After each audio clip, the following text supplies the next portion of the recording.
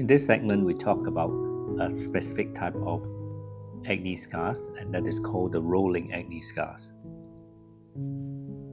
There are many types of acne scars. Rolling scars is the most commonly seen, and treatment pathways will depend on the severity. Management of these type of scars will depend on severity.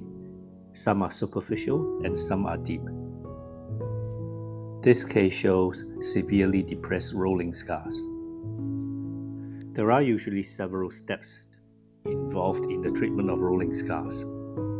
The first step is usually subcision, and this is done 2 to 3 times using a 18 to 20G cannulas with or without the use of no-core needles.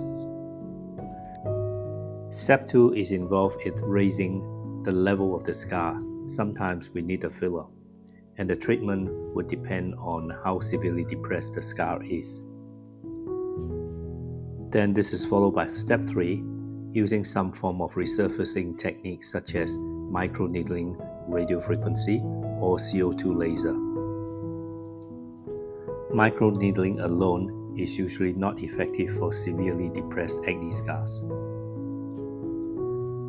For superficial rolling scars, effective treatments include microneedling, radiofrequency, and resurfacing lasers such as CO2 or erbium.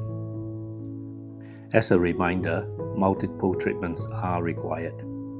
Carbon dioxide lasers are not usually suitable for darker skin type because of long recovery time from post-inflammatory hyperpigmentation. Microneedling is less effective, but it is economical. Deep peels are possible, but they have high risk of side effects compared with microneedling RF or other resurfacing lasers. Most of these treatments have long-term results. Please like, subscribe, and comment.